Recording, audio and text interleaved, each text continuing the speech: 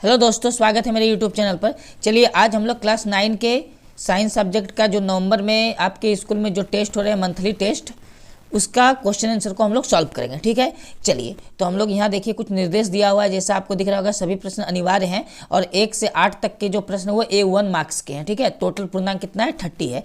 तो ये नवंबर में आपके स्कूल में जो एग्जाम हो रहे हैं उसका क्वेश्चन आंसर है, हम लोग उसको सॉल्व कर लेते हैं। ठीक है, चलिए तो हम लोग शुरू करते हैं। देखिए आपका विषय क्या है, साइंस है, क्लास 9th 10। ठीक है, यहाँ लिखा हुआ है 1 से 8 तक के प्रश्न 1 अंक के आवंटित हैं। तो आपके सामने पहला क्वेश्चन आता है। तो पहला क्वेश्चन आप देख पा रहे होंगे, क्या लिखा हुआ है। लिखा हुआ है पृथ्वी की सतह पर गुरुत्वीय त्वरण का मान होता है। ठीक है, आपको इस 4 ऑप्शन में से चुनना है कि पृथ्वी की सतह पर गुरुत्वीय त्वरण का मान कितना होता है। ठीक है, बहुत ही आसान क्वेश्चन दिया हुआ है। तो आपको याद रखना है पृथ्वी पे गुरुत्वीय त्वरण का मान यानी स्मॉल जी का जो वैल्यू होता है वो होता है 9.8। कितना होता है 9.8। और किस यूनिट के साथ होता है, मीटर पर सेकेंड स्क्वायर के साथ होता है। ठीक है, तो आपको ढूंढना है 9.8 मीटर पर सेकेंड कौन से ऑप्शन में आपको दिख रहा है ना। तो देखिए आपको ऑप्शन नंबर अ यानी ए में दिख रहा है। तो इसका सही आंसर क्या हो जाएगा, ऑप्शन ये वाला। ठीक है, ये इसका क्या हो जाएगा, सही आंसर हो जाएगा ऑप्शन ए, 9.8 मीटर पर सेकेंड स्क्वायर, ये इसका सही आंसर है। ठीक है, चलिए हम लोग अगला क्वेश्चन को देखते हैं, क्वेश्चन नंबर 2 को। देखिए क्वेश्चन नंबर 2, क्वेश्चन नंबर 2 में लिखा है कौन सा रोग संक्रामक है ना। आपको बताना है कि कौन सा रोग संक्रामक है। ऑप्शन अ में दिया हुआ है रतौंधी, मधुमेह, ऑप्शन सी यानी 100 में दिया हुआ है उच्च रक्तदाब, ऑप्शन डी यानी 2 में दिया हुआ है हैजा। ठीक है, इनमें से कौन सा रोग संक्रमण है। ठीक है, चलिए तो इसका सही आंसर हो जाएगा ऑप्शन डी। ऑप्शन डी का मतलब 2, हैजा जो है वो संक्रामक रोग है। ठीक है, और आपने ऑप्शन नंबर डी में आपको टिक लगाना है। ठीक है, यही इसका आंसर होगा, सही है। चलिए तो हम लोग अगला क्वेश्चन नंबर 3 को देख लेते हैं। देखिए क्वेश्चन नंबर 3 में लिखा है वस्तु पर 10 न्यूटन का बल लगाने पर यदि वस्तु का बल की दिशा में 2 मीटर का विस्थापन हो, वस्तु पर बल द्वारा किया गया कार्य क्या होगा। वस्तु पर बल द्वारा किया गया कार्य क्या होगा, है ना।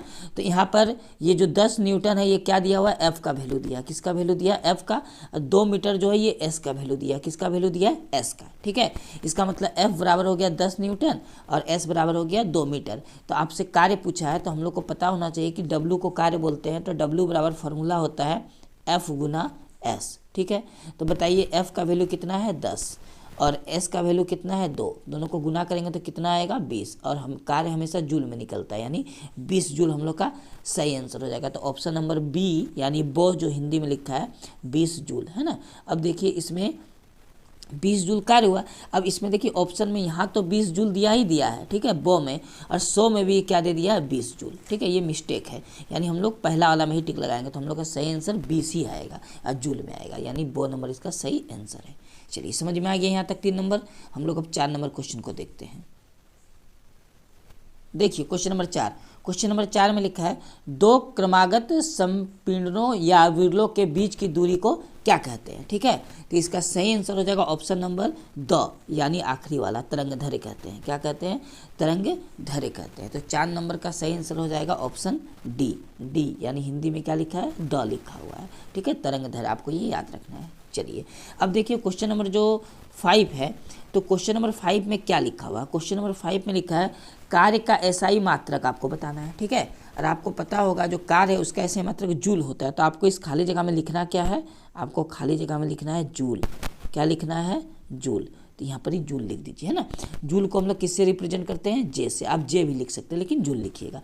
चलिए यहाँ तक क्लियर है, कोई दिक्कत नहीं है। अब देखिए क्वेश्चन नंबर 6 में लिखा हुआ है ध्वनि की चाल, ठीक है, खाली जगह है, पर निर्भर होता है।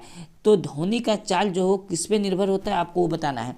तो इस खाली जगह का आंसर हो जाएगा ध्वनि की चाल माध्यमों के गुणों पर निर्भर होता है। तो हम यहाँ लिख रहे हैं, आप देख लीजिए क्या होगा। आपको यहाँ लिखना है माध्यमों, ठीक है, माध्यम के गुणों पर, माध्यम के गुणों पर। किस में होगा, माध्यम के गुणों। ठीक है, आपको माध्यम के गुणों भरना है। क्वेश्चन नंबर 6 में आंसर हो जाएगा माध्यम के गुणों। आप इसको लिख लीजिए जल्दी से। अब क्वेश्चन नंबर जो 7 है इसका आंसर देखिए क्या होगा। क्वेश्चन नंबर 7 में लिखा है हैजा, उसके बाद खाली जगह आपको दिया गया है, बोला जीवाणु द्वारा होता है। तो आपको बताना है कि हैजा किस जीवाणु के द्वारा होता है। ठीक है, तो क्वेश्चन नंबर 5 और क्वेश्चन नंबर 6 का आंसर आप जल्दी से लिख लीजिए, क्योंकि अब ये हट जाएगा अभी तुरंत। अब हम लोग क्वेश्चन नंबर 7 का आंसर लिखेंगे तो उसके लिए जगह चाहिए, तो ये हट जाएगा। आप लिख लीजिए इसको जल्दी से वीडियो को रोक के, ठीक है। चलिए तो क्वेश्चन नंबर हम लोग 7 का देख लेते हैं क्या होगा, ठीक है। देखिए क्वेश्चन नंबर 7 का जो आंसर हो जाएगा, ये जो खाली जगह में आपको भरना है, ये भरना है आपको वाइब्रियो, क्या भरना है, वाइब्रियो कोलेरी, यानी हम यहाँ लिख दे रहे हैं इसका आंसर 7 नंबर का हो जाएगा वाइब्रियो, क्या हो जाएगा देखिए वाइब्रियो, ये पूरा और भी लिखना है इसी के साथ, क्या लिखना है इसी के साथ, कोलेरी, क्या लिखना है, कोलेरी, ठीक है। वाइब्रियो कोलेरी हो जाएगा, क्या हो जाएगा, लास्ट में ये दुर्घईकार है, हाँ दुर्घई है, तो वाइब्रियो कोलेरी, फिर से बोल रहे हैं वाइब्रियो कोलेरी, इसका सही आंसर हो जाएगा 7 नंबर का, ठीक है। ये जीवाणु का नाम है, ये हैजा का जीवाणु है, ठीक है। अब देखिए क्वेश्चन नंबर 8 में लिखा है तरंगधर का ऐसा ही मात्रक क्या है, तो तरंगधर का ऐसा ही मात्रक होता है मीटर, तो आपको यहाँ मीटर लिखना है, क्या लिखना है, मीटर। चलिए तो क्वेश्चन नंबर 7 का आंसर क्या हो गया, वाइब्रियो कोलेरी, और क्वेश्चन नंबर 8 का आंसर हो गया मीटर। यहाँ तक कंप्लीट हो गया हम लोग का 1 मार्क्स का जो था 1 से 8 नंबर क्वेश्चन तक ये कंप्लीट हो चुका है, ठीक है। चलिए हम लोग क्वेश्चन नंबर अब 9 से सॉल्व करते हैं, ठीक है। आप इसको नोट कर लीजिए जल्दी से वीडियो को रोक के। देखिए हम लोग अब क्वेश्चन नंबर 9 पे चलते हैं। देखिए क्वेश्चन नंबर 9 में क्या लिखा है, क्वेश्चन नंबर 9 में लिखा है, यहाँ सबसे पहले लिखा हुआ कि प्रश्न क्रमांक 9 से 11 तक प्रत्येक पर 2 अंक आवंटित है ना।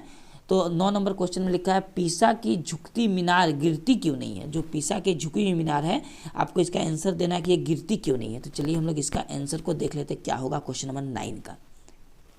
देखिए क्वेश्चन नंबर 9 का आंसर होगा पीसा की प्रसिद्ध मीनार के ना गिरने का मुख्य वजह उसकी नींव में डाली गई नरम मिट्टी है। बस आपको इतना ही आंसर लिखना है, ठीक है। चलिए अब हम लोग क्वेश्चन नंबर 10 को देखते हैं क्या था। 10 को पहले पढ़ते हैं फिर उसके आंसर को सॉल्व करेंगे, ठीक है। देखिए क्वेश्चन नंबर 10 क्या है। क्वेश्चन नंबर 10 में लिखा हुआ है अच्छे स्वास्थ्य की 2 आवश्यक स्थितियां बताइए, ठीक है। चलिए क्वेश्चन नंबर 10 का हम लोग आंसर को देखते हैं क्या होगा। देखिए क्वेश्चन नंबर 10 का आंसर, क्वेश्चन नंबर 10 का आंसर हो जाएगा अच्छे स्वास्थ्य की 2 आवश्यक स्थितियां निम्नलिखित हैं। नंबर 1 वह रोग मुक्त हो, नंबर 2 वह सामाजिक तथा मानसिक परेशानियों से मुक्त हो, ठीक है। तो क्वेश्चन नंबर 10 का आपको इसको नोट कर लेना है, ये क्वेश्चन नंबर 10 का आंसर हो जाएगा, ठीक है। चलिए तो आप इसको अच्छा से लिख लीजिए, याद कर लीजिए, देख लीजिए, ठीक है। तो हम लोग अब क्वेश्चन नंबर 11 पे चलते हैं। देखिए क्वेश्चन नंबर 11 में लिखा हुआ है किसी वस्तु की गतिज ऊर्जा से क्या तात्पर्य है, ठीक है। चलिए तो क्वेश्चन नंबर 11 आपने पढ़ लिया होगा, क्या लिखा है किसी वस्तु की गतिज ऊर्जा से क्या तात्पर्य है ना। तो हम लोग इसका आंसर पे चलते हैं सीधा। क्वेश्चन नंबर 11 का आंसर, किसी वस्तु की गतिज ऊर्जा उसकी गति के कारण उत्पन्न ऊर्जा होती है, ठीक है। गति के कारण जो उत्पन्न ऊर्जा होती है उसी को हम लोग क्या कहते हैं, गतिज ऊर्जा कहते हैं। तो ये क्वेश्चन नंबर 11 का आंसर हो जाएगा। हम लोग क्वेश्चन नंबर अब 12 को देखते हैं। देखिए क्वेश्चन नंबर 12 में 2 क्वेश्चन है अथवा में। ये देखिए अथवा लिखा है ना, आपको अथवा में 2 क्वेश्चन दिया है, इन दोनों में से किसी एक का उत्तर देना। तो हम लोग दोनों क्वेश्चन को पढ़ते हैं। क्वेश्चन नंबर 12 में पहला क्वेश्चन लिखा हुआ है संक्रामक तथा असंक्रामक रोगों के बीच क्या विभिन्नता होती है, प्रत्येक रोग का एक उदाहरण दे, ठीक है। और अथवा में क्वेश्चन दिया हुआ है, क्वेश्चन नंबर 12 का ही अथवा में है मनुष्य में असंक्रामक रोग कैसे हो जाते हैं। तो इन 12 नंबर क्वेश्चन में जो 2 क्वेश्चन, इन दोनों में से आपको किसी एक का आंसर देना है, ठीक है। तो हम लोग इसका पहला वाला क्वेश्चन का आंसर देते हैं, ये वाला का हम लोग इसका आंसर को सॉल्व करते हैं, ठीक है। इसका नहीं, दूसरा वाला का नहीं, ठीक है, इसका नहीं, हम लोग किसी एक को देना। आपको ये दीजिए चाहे ये दीजिए। तो हम लोग पहला वाला को देखते हैं। चलिए 12 का पहला वाला को हम लोग देख लेते हैं क्या होगा इसका सही आंसर। देखिए क्वेश्चन नंबर 12 का आंसर क्या हो जाएगा। तो पहले हम लोग संक्रामक रोग के बारे में जानते हैं। देखिए वह रोग जिनके तात्कालिक कारक सूक्ष्मजीव होते हैं उन्हें संक्रामक रोग कहते हैं। उदाहरण क्या हो जाएगा, मलेरिया, ठीक है। अब असंक्रामक रोग देखते हैं। असंक्रामक रोग क्या है, वह रोग जिनका कारक सूक्ष्मजीव नहीं होता उसे असंक्रामक रोग कहते हैं। उदाहरण क्या हो जाएगा, कैंसर, ठीक है। चलिए तब हम लोग क्वेश्चन नंबर 13 को देखते हैं। देखिए क्वेश्चन नंबर 13 में लिखा है गुरुत्वाकर्षण के सार्वत्रिक नियम का क्या महत्व है। यहाँ सार्वधिक नहीं होगा, सार्वत्रिक होगा। यहाँ पर थोड़ा सा क्या हो चुका है, मिस्टेक हो चुका होगा प्रिंटिंग करने में क्वेश्चन, ठीक है। अब अथवा में इसी का क्वेश्चन दिया है, किसी वस्तु का गुरुत्व केंद्र कैसे ज्ञात किया जा सकता है। तो हम लोग क्वेश्चन नंबर 13 का अथवा में है, तो दोनों में से एक का आंसर देंगे। तो हम लोग पहला वाला का आंसर देंगे, गुरुत्वाकर्षण का सार्वत्रिक नियम क्या क्या महत्व। चलिए क्वेश्चन नंबर पहला वाला 13 का पहला का हम लोग आंसर देखते हैं क्या होता है। देखिए, तो हम लोग क्वेश्चन नंबर 13 का आंसर देखते हैं। जैसा कि क्वेश्चन नंबर 13 में यहाँ पर हम लोग बोले कि गुरुत्वाकर्षण का सार्वत्रिक नियम का क्या महत्व है ना, तो यहाँ सार्वत्रिक ये सही है, वहाँ मिसप्रिंट था। तो इसका आंसर हो जाएगा गुरुत्वाकर्षण के सार्वत्रिक नियम के महत्व। पहला नंबर, गुरुत्वाकर्षण का नियम पृथ्वी का सही द्रव्यमान ज्ञात करने में सहायता करता है। दूसरा महत्व, गुरुत्वाकर्षण का नियम का उपयोग सूर्य, चंद्रमा और ग्रहों के द्रव्यमान ज्ञात करने में किया जाता है। तीसरा महत्व, गुरुत्वाकर्षण का प्रमुख अनुप्रयोग युग्म तारों यानी डबल स्टार्स के द्रव्यमानों का आकलन करता है। और चौथा महत्व यहाँ लिखा है, गुरुत्वाकर्षण का नियम नए तारों तथा ग्रहों की खोज करने में सहायता करता है, ठीक है। तो ये हो गया आपका गुरुत्वाकर्षण का सार्वत्रिक नियम का महत्व, बहुत ही इंपॉर्टेंट है ये, ठीक है। चलिए इतना हो गया। अब हम लोग नेक्स्ट क्वेश्चन को देखते हैं क्या है नेक्स्ट क्वेश्चन। देखिए यहाँ लिखा है प्रश्न 14 से 15 तक प्रत्येक पर 5 अंक आवंटित है, ठीक है। आपको क्वेश्चन नंबर 14 और क्वेश्चन नंबर 15 में 5-5 मार्क्स दिया जाएगा सॉल्व करने पर। तो क्वेश्चन नंबर 14 में लिखा हुआ टिप्पणी लिखिए। तो किस पे टिप्पणी लिखना है, और नंबर में लिखा है अल्ट्रासोनोग्राफी और ब नंबर में लिखा है सोनार। इन दोनों का आपको टिप्पणी लिखना है, ठीक है।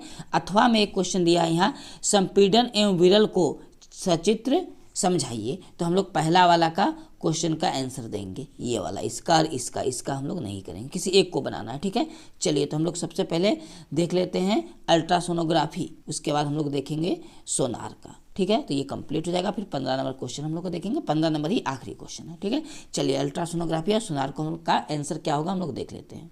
देखिए अल्ट्रासोनोग्राफी का आंसर क्या होगा, तो आपको लिखना है अल्ट्रासोनोग्राफी को ही सोनोग्राफी कहा जाता है, ठीक है। तो आप लिखिए सोनोग्राफी या अल्ट्रासोनोग्राफी चिकित्सीय निदान का एक महत्वपूर्ण साधन है। यह पराश्रय ध्वनि पर आधारित एक चित्रांकन यानी इमेजिंग तकनीक है। चिकित्सा क्षेत्र में इसके कई उपयोग हैं, जिसमें से गर्भावस्था में गर्भस्थ शिशु के स्वास्थ्य के बारे में जानकारी प्राप्ति देखिए सोनार का क्या आंसर, टिप्पणी आपको लिखने बोला था सोनार पर, तो सोनार का हो जाएगा, सोनार एक तकनीक है जो नौचालन, जल के अंदर संचार करने तथा जल के अंदर या सतह पर वस्तुओं का पता करने के लिए ध्वनि संचरण का उपयोग करती है। इसे हम लोग क्या कहते हैं, सोनार कहते हैं। नौ संचालन का मतलब नौका हो गया, जो जल जहाज होता है, पानी जहाज होता है ना, उस पर। तो हम लोग जो पानी जहाज होता है उसमें उपयोग किया जाता है किसका, सोनार का, ठीक है। तो आप इसे लिख लीजिएगा, ये टिप्पणी है। तो हम लोग का इसका पूरा टिप्पणी खत्म हो गया। अब हम लोग का एक और आखिरी क्वेश्चन बचा है, क्वेश्चन नंबर 15, उसको करेंगे, ये सॉल्व हो जाएगा पूरा, ठीक है। चलिए देखिए क्वेश्चन नंबर हम लोग 15 को देखते हैं। क्वेश्चन नंबर 15 में लिखा है, रोग की रोकथाम उसके उपचार से बेहतर है, इस कथन की सार्थकता बताने के लिए कोई एक उदाहरण दें। या क्वेश्चन नंबर 15 का अथवा में एक क्वेश्चन और लिखा है, रोग प्रतिरोधक क्षमता किसे कहते हैं, यह हमारे स्वास्थ्य को कैसे प्रभावित करती है, एक उदाहरण से समझाइए, है ना। तो इस दोनों में से किसी एक का आंसर आपको देना है। तो हम लोग क्वेश्चन नंबर दूसरा जो दिया इसका आंसर देंगे, रोग प्रतिरोधक क्षमता किसे कहते हैं, ये हमारे स्वास्थ्य को कैसे प्रभावित करती है, एक उदाहरण से समझा। हम लोग दूसरा वाला का आंसर को देखेंगे। चलिए तो हम लोग दूसरा वाला क्वेश्चन नंबर 15 का दूसरा का आंसर को देखते क्या होगा। देखिए क्वेश्चन नंबर 15 का आंसर हो जाएगा, रोग प्रतिरोधक क्षमता का काम शरीर को किसी बाहरी तत्व जैसे वायरस, बैक्टीरिया, परजीवी या बीमार करने वाले कारकों से बचाव करना होता है। यह शरीर की स्वस्थ कोशिकाओं को संक्रमित कोशिकाओं से अलग करने का काम करती है, ठीक है। तो हम लोग का इस प्रकार नवंबर मंथ का जो साइंस सब्जेक्ट का असाइनमेंट है यानी मंथली टेस्ट जो स्कूल में हो रहा, उसका ये पूरा क्वेश्चन आंसर कंप्लीट हो चुका है, ठीक है। चलिए तो हम लोग मिलते हैं अगले वीडियो में, तब तक आपका बहुत बहुत धन्यवाद।